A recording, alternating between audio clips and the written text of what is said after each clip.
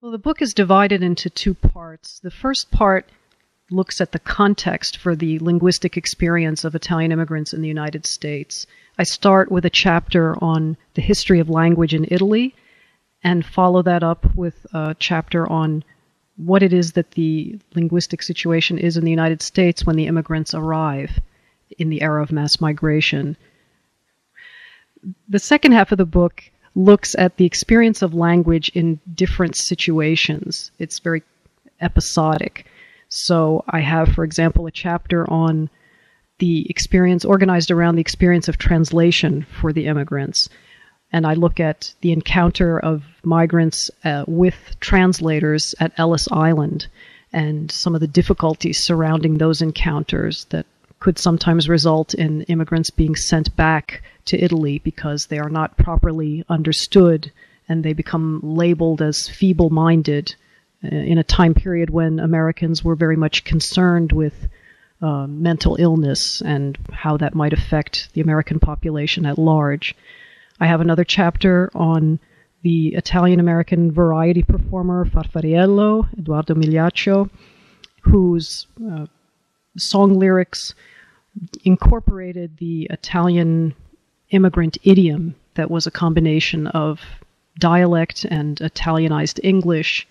and the theme of many of his songs had to do with the linguistic experience of the immigrants. I have another chapter on Leonard Covello and his attempts to teach standard Italian to Italian-American high school students and students from junior high, and how Italian meant one thing to Covello and his cohort of educated Italian-Americans who saw teaching Italian to the second generation as a way to Americanize them, and how that conflicted with the Italian fascist government that was also trying to teach language to Italians and the children of Italians in the United States. And my final chapter is about World War II and how the Italian language becomes particularly stigmatized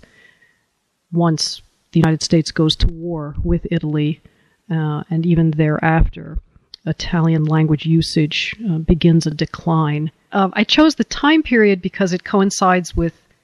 begins with the the beginning of the era of mass migration. 1890s is when we start to see Italians coming in large numbers. And then I end with the end of the war, because I think that is a turning point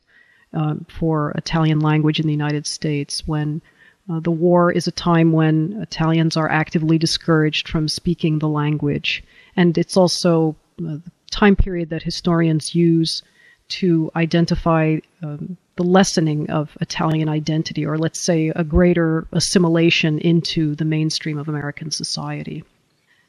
I was inspired to write the book by a paper that I did while I was a graduate student that actually involved interviewing women who were Italian immigrants from the same community that my own parents migrated from. I think my book is a unique contribution to Italian-American studies because there really is nothing in the field dealing with language in this way. Actually, there's really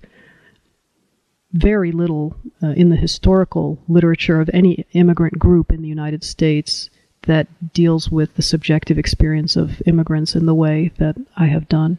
I suppose one of the things that I would like people to take away from the book has to do with the situation today, where ostensibly we are more receptive to immigrant languages, but whenever migration is perceived as a problem, it does seem that gets expressed in a kind of rejection of the immigrant languages and those who speak them. And we see this particularly with Spanish speakers and the recent migrations of Spanish-speaking people, particularly Mexicans. And I would like to just remind people of European descent that they had similar struggles too with language, and that it was not always an easy path or a path that immigrants took willingly to adopt the English language, to forsake their original languages, and with that a part of their culture. And I would also like people to appreciate that the whole idea that language and nation are coterminous is a relatively recent invention in America. That it was only in the era of mass migration, when immigrants started being perceived as a problem, that the use of English becoming equated with Americanization took place. That was not the case prior to the era of mass migration, and that kind of linguistic chauvinism does persist, at least among certain sectors of the population today. I hope that those of Italian descent who are reading my book will come away with a greater appreciation of our history, and particularly the role, obviously, of language in that history, which I think has been a conflicted area for many Italian Americans. Speaking for myself and for people of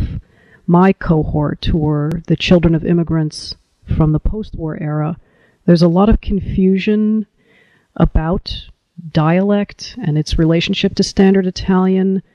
a lot of shame issues around stereotypes of Italians as being poor English speakers, and the consequent association of Italians with being unintelligent. And I think by providing a history of the experience of language that Italians had in this country, I hope it will give people a greater sense of where they come from and where some of those conceptions and misconceptions came from.